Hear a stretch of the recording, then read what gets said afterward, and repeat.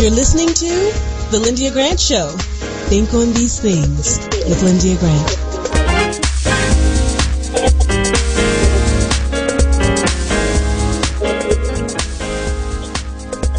Well, good evening, Radio 1 listeners. Good to be here with you again today.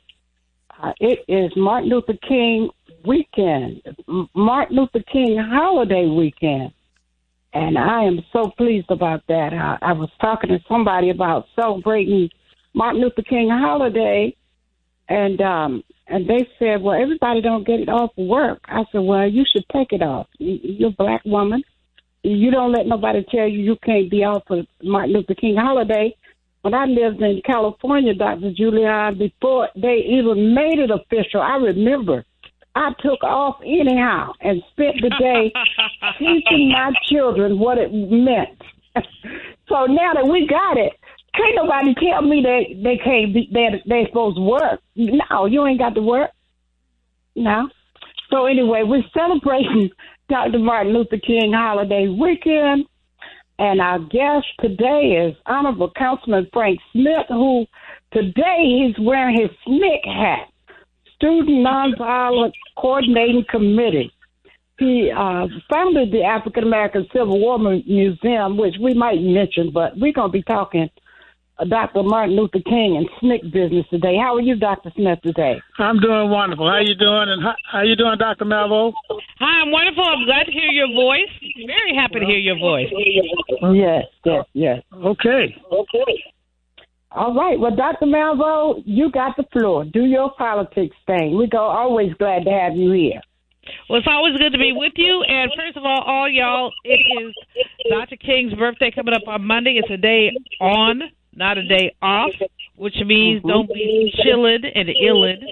Do something to make a difference to somebody. My favorite King quote is this: I have the audacity to believe that people everywhere can have 3 meals a day for their bodies, education and culture for their minds, peace and freedom for their spirits. Let's embrace that. That is not only an economic story, but also a civil rights story. And I know my brother Frank Smith can talk more about the many ways that Dr. King was both a civil rights leader, economic leader, and a religious leader. But let's talk about Chuck Schumer, since I have the mic.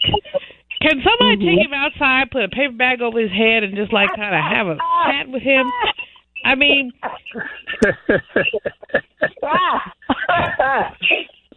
go ahead. I mean, seriously. He said, we're going to do this by this date. And he said, no, we're not going to do this. We're not going to do this. There are no rights without voting rights. And Schumer puts it out a wolf ticket last week, and it's a wolf ticket like my mama used to say, don't let your mouth make a deal that your behind cannot cash. And that's not how she said it. That's right. But that's what he's done. We gonna do this, we gonna do this, we gonna do this. Meanwhile, black folks are sitting saying, what the, you know what? You know, Brother Biden said he had our back. He went down to Georgia. The most important leaders said, we ain't going there because you just can't show up and use us as window dressing without actually bringing us something. So Chuck Schumer, Democratic Party, come on, y'all. Just come on, y'all. Now, Manchin and Sinema, they're the bad guys, but there are other bad guys. There are Democrats who could push them. Where are the Democratic voices around this? This is the issue. So I'm going to put a semicolon on that to move on to talk about the child tax credit that is ending. The American Recovery Plan is over. We pulled about a third of all children out of poverty, and in a month or so, they're going to be going back. That is not a good thing. This is, again, some Republicans think that people have too much money. Well, I'm going to tell you who has too much money. Them. You know, it's not that poor people have too much money. It's them. Poor people are using their money to pay their bills, to send their kids to school, to buy them clothing. Meanwhile, back at the ranch, you have people who do whatever, however, wherever, and they are basically screwing poor people. Now, the Supreme Court, or the ignoramus court, just slashed President Biden, said that people who worked at places of a certain size need to have vaccinations. That makes sense, but the Supreme Court said no. So we're just going to have all these diseased people running around, making other people sick. This is not a good thing. This is so not a good thing. But what it is again, we knew what was happening. There was Supreme Court packing with these people, and there were 2 points. At one point, the Biden administration lost. On the other point, with health care facilities, they gained when both Roberts and Kavanaugh crossed party lines. But it's a shame that we're talking about the Supreme Court in the terms of crossing party lines. The Supreme Court is supposed to be nonpartisan. So what are we talking about, especially around these testing requirements? If you don't want to get tested, or if you don't want to be vaccinated, get tested. But a lot of people are saying, I'm not going to do it. And employers have the right to impose rules, but they're not really getting the opportunity to do that. So, Lyndia, I'm looking at where we are. It's a very stark space. Monday is Dr. King's birthday, and we're all going to celebrate, but we should not celebrate. We should commemorate. Mm-hmm. We should be still, we should be quiet, and we should wonder why and understand what's going on. And what we do know, we know this for sure, is that our Congress is broken, our Senate is broken, and they don't want the people to vote. There are no rights. Let me repeat, this is my line. There are no rights without voting rights. That's right. It feels like we're back in the 60s, doesn't it? It really does. A friend of mine said, we were talking about Lottie Guinier, and I know we didn't get to talk about her last week. She had just made her transition. She was not a friend. We knew each other, but we weren't like Ace Boom Coons, but I admired her tremendously. And the thing about Lonnie that people need to understand is that she was so far ahead of her time, and that Bill Clinton was a coward and a quisling when he basically pulled her nomination back. But Lottie Guinier was passionate about voting rights, and some of the things that she was talking about 20 years ago, 25 years ago, the same things we're dealing with. So we keep recycling our injustice, and we keep doing it generation after generation after generation. We have to stop. Mm-hmm. Well, we also got to look at what happened in South Africa and how apartheid, it's almost like we have another form of it over here. Oh, we got a definite form of it over here. There are people here who don't want black people to vote, who don't want black people to breathe, who don't want black people to live. And we have a Senate who is so committed to the status quo that they will do anything they can to sideline. It's not just black people. And this is what we need to understand. It's not just black people. It's old people. Right. It's rural people. It's students. It's people who have the right to vote that they want to take away. And I don't know why so many people are so silent about it. I know Frank Smith's going to have something to tell you about that. I got to say something about that. I know it. He got an answer for us. I know he does. Well, I don't know about the answer, but I'm going to do my best. We want to hear it. Mm-hmm. Yes, indeed. Well, you got the context, Brother Frank. You got the context, and your journey has been one that we've all benefited from. Yes. I appreciate you, so thank you. Well, listen, I'm just glad to be able to be here, be able to say something here now and then. That's right. Yep. Well, let me just say, Julianne and Lyndia, that I'm glad to be here. And my daughter said something to me last night about every time we started talking about Martin Luther King, she said, Dad, I remember when she's 60 years old now, but she said, I remember when I was in high school, we were down there on that mall every year in the freezing cold and the rain, waiting on Stevie Wonder to come and sing Happy Birthday so we could make this a holiday. She said, I was so cold, sometimes I didn't think I was going to live to see it. So we've come a long way in getting this holiday. And these holidays remind us not only of how far we have come, but how far we got to go. And that seems to be the black person's role in the world, to remind everybody that we're as good as anybody and better than most, and we can do what anybody else can do. And the people who just try to deny us the right to vote and the right to live, there's something wrong with them. And then we got to keep on preaching and keep on praying and keep on talking until we can wake them up in the name and the spirit of Dr. Martin Luther King. And Dr. Smith and Dr. Julian, we got to go to a commercial break, but I want to close by saying that I believe that after President Barack Obama got elected, everything went to the hell in the handbasket. Everybody went crazy. All these white folks, and I pay to be on this station, so I'm going to say what I want to say. All these white folks got upset that a black man was in the White House. And so we are suffering as a consequence. We are happy that it happened, but look at where we are. We're going to a commercial break, and we're going to come back and talk to Dr. Smith. Thank you, Dr. Julian. Thank you, and thank you, Dr. Smith. Always a pleasure to hear your voice. Take care.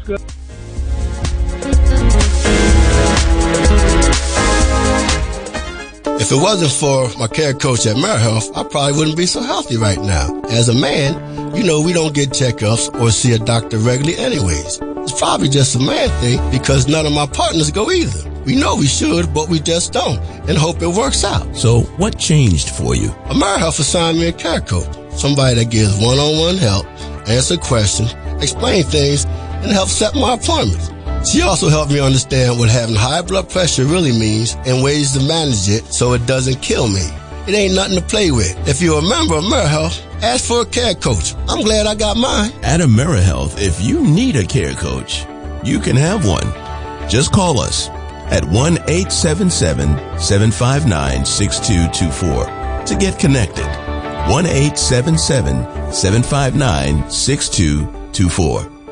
This program is funded in part by the government of the District of Columbia Department of Healthcare Finance. Mayor Muriel Bowser. Washington and former religion columnist Lyndia Grant. Who Moved My Cheese is a book about two types of people, those who accept change quickly and move on, and those who hem and haw and try to figure things out. They didn't see change coming and waste valuable time trying to figure out what happened. How did this happen to me? Let's call this group procrastinators. The lesson inside the cheese story is simple. Life is change. Gerther said it best when he said, if I accept you as you are, I will make you worse. However, if I treat you as though you are what you're capable of becoming, I help you become that. We must change and keep moving. The Bible tells us to seek and you shall find, knock and the door will be open unto you, ask and it shall be given. Read more in the religion column of the Washington Informer, an award-winning African-American newspaper. We don't report crime or gossip, just positive news. Pick up the Washington Informer or visit us online at WashingtonInformer.com. Call 202-561-4100 for more information. Washington Informer religion columnist Lyndia Grant. Ida B. Wells, born into enslavement, was a journalist and activist. An avid reader, she read through the entire Bible many times. Wells was once asked to leave the ladies' car and sit in the colored train. She refused and train officials pushed her. Ida B. Wells retaliated but was pushed off the train at the next stop. A crowd of whites applauded. She vowed to get even. 3 of her close friends were lynched for opening businesses that cut into profits of whites. Everything changed for Wells. She spoke out internationally against lynching of blacks for the rest of her life. Through her efforts, lynching in America nearly disappeared by the time of her death. An NAACP founder, we salute Ida B. Wells for Women's History Month. Read more in the religion column of the Washington Informer, an award-winning African-American newspaper. We don't report crime or gossip, just positive news. Pick up the Washington Informer or visit us online at WashingtonInformer.com. Call 202-561-4100 for more information.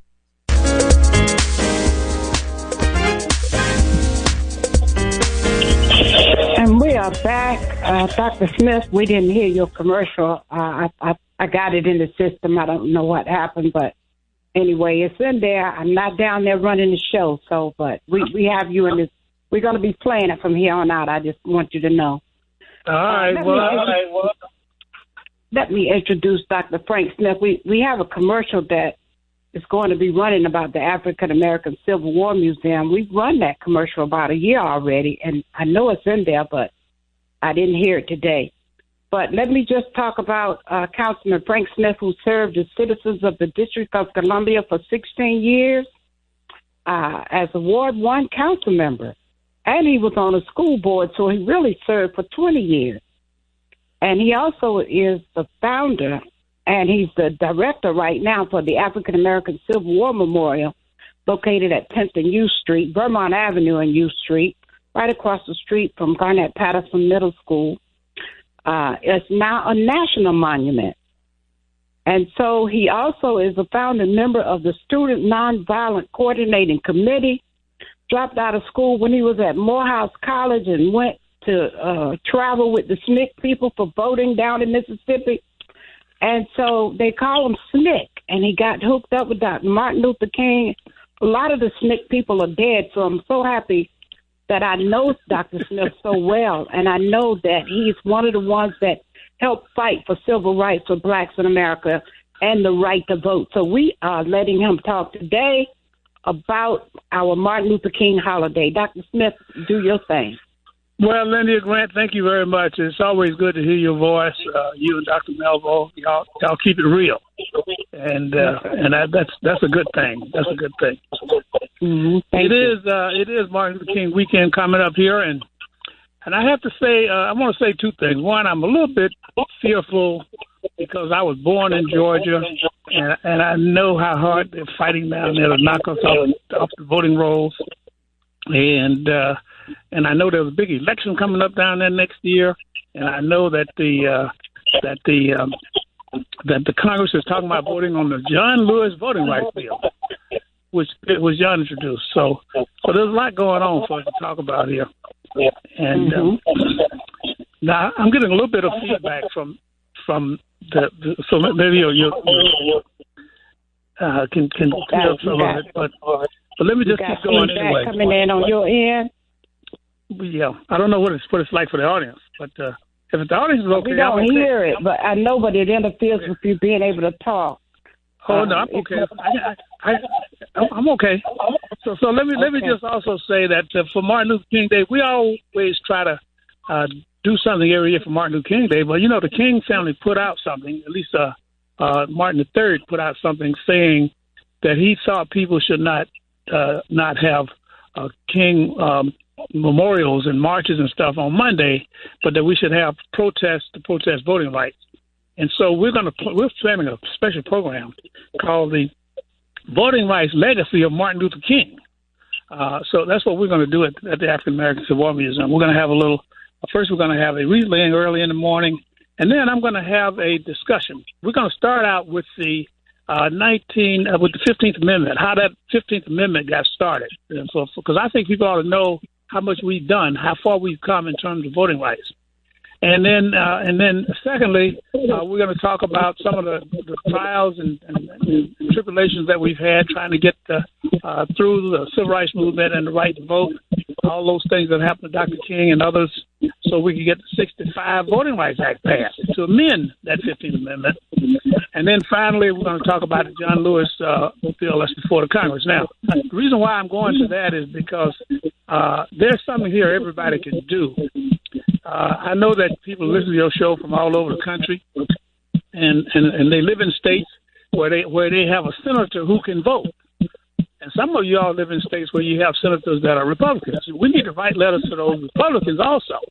Say, I live in your state. I pay taxes. I'm a citizen of your state. And I want you to vote for me on this issue of voting rights, because I think our voting rights ought to be protected. And so we're going to try to push that. And I have something exciting going on with the program. We have Julian Bond's son. Everybody remembers Julian Bond. He was a famous civil rights leader, helped to start the Student Nonviolent Coordinating Committee. We were at Morehouse College together when we first sat in Atlanta. And then when I went off to Mississippi, he became the national spokesperson for SNCC. And he served 16 years, actually, in the Georgia State Legislature. His son is a city council member in Atlanta, Michael Bond.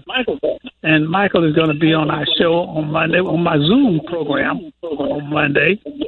And he's going to talk about what's happening in Georgia, how they are organizing in Georgia so we can still turn out to vote, even though the forces of evil are trying to find ways to keep us from voting. They're requiring us to have all kind of ID. They're moving some of these polling places around. They're shortening the number of days that you had to vote. Before you could vote for like 3 weeks. Now I think they got it down to maybe a few days. So it's just a whole lot of shenanigans going on. But you know, Lyndia Grant, one of my cousins said something to me the other day, and I'm going to repeat this on the air.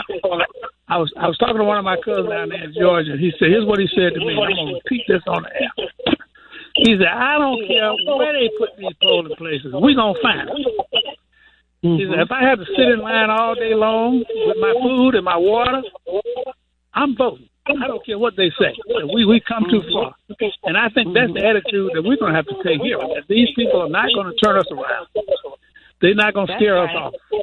And they're not going to stop out. They're not going to let us lose our blessing just because of some devilment on their part. We just have to get ready for that. Dr. Smith, you might have to get out. You might have to get out here and get with Dr. King's son and Al Sharpton and them, and I'll come with you. We got to start marching if that's what it takes. We got to do something. Well, we're going to have to do something with that. Don't let nobody turn us around. There ain't no question about it. And, I was born in Georgia. I be down there. I have met with the Cayuga County Democratic Party. Hey, look, it's all virtual anyway. They invited me as a guest to talk about this voting rights stuff down there in Georgia. And I worked in the Warnock campaign down there, and I sent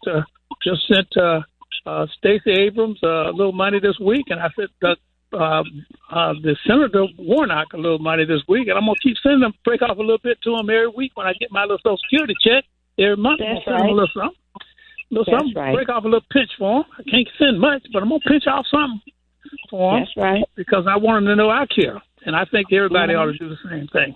All of us, yes, indeed.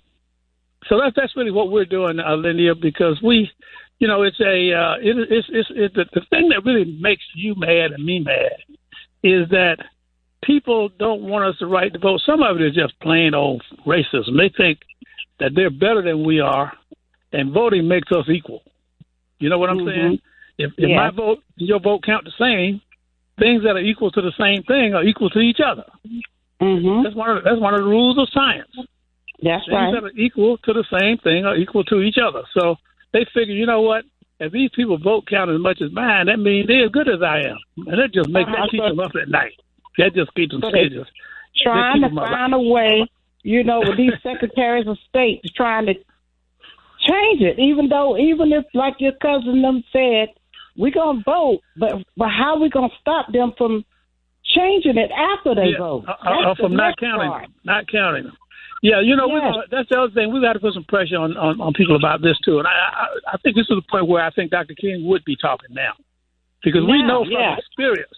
We know from experience in the past, in places like Colfax, Louisiana, and in places like Okie, Florida, in 1920, where the mob took over the polling place. People had voted, and they took over the polling place in Wilmington, North Carolina. The mob went to City Hall and ran these people out, killed some of them. So what is there to protect us against this mob?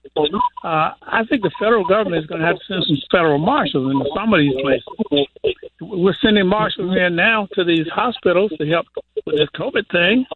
Maybe we ought to have some of these marshals down there to watch these polling places. So let me put that out there. And they got 14 states that's already done stuff with their secretaries of state. You know that, right?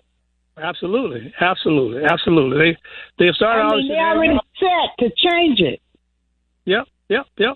And they already said that if they don't like the result, they can change the results. That's what I'm talking about. Yeah, that's look. We're in for a tough time, and I think that the people are angry at the Democrats because even with a 51 vote majority, they still won't pass voting rights. They can pass other stuff, infrastructure bills, but having roads and streets and highways and bridges, that's important. But if people can't vote, and the sheriff is running around burning down people's houses and running over polling places, they still don't have any civil rights. I mean, Julianne is right about that. If there are no voting rights, there are no other rights. Before we run out of time, do you have anything coming up that's at the museum Sunday that people can attend? Monday. We're gonna have a program at 11 o'clock. Now Monday is the weather's supposed to be real bad. We're gonna have and you know the mayor got this new directive now, Linda. You can't go into a public place if you don't have you have to have proof of your vaccinations. COVID, okay. COVID vaccinations. So we're not we're gonna have a program at the museum. It's gonna be on Zoom though. And for people who want to join us on Zoom, they can go to our website, afroamcivilwar.org, afroamcivilwar.org, and you'll be able to click on a Zoom link there and get right on our program. Starts at 11 a.m. at the African American Civil War Museum. You don't have to come out in the rain and the cold. You can join us, and you get to hear me talk about these various things. And I told you before, we're going to have a special guest. Michael Julian Bunn is going to be on our program. You get to hear him, too. All right. Well, we look forward to that. I can even attend that since it's on Zoom. Yeah. All right. Well, thank you for being my guest today for the Martin Luther King holiday. And I'm so glad we got a chance to invite guests to tune in on Monday at 11 o'clock Monday morning.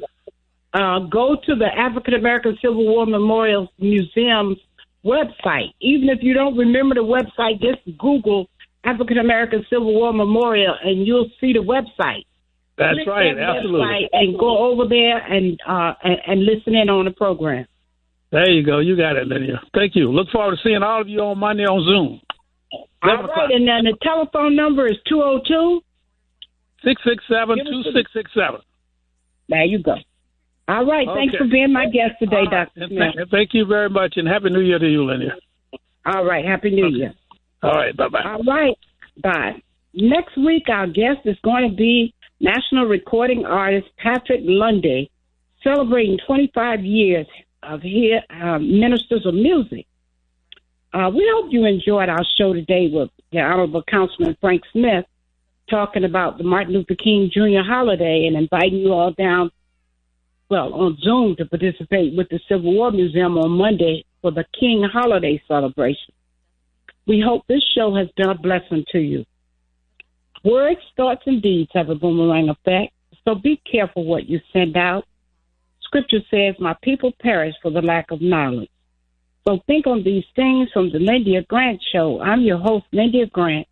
Until next week, good day. Thank you for listening to the Lyndia Grant Show. Think on these things with your host, Lyndia Grant.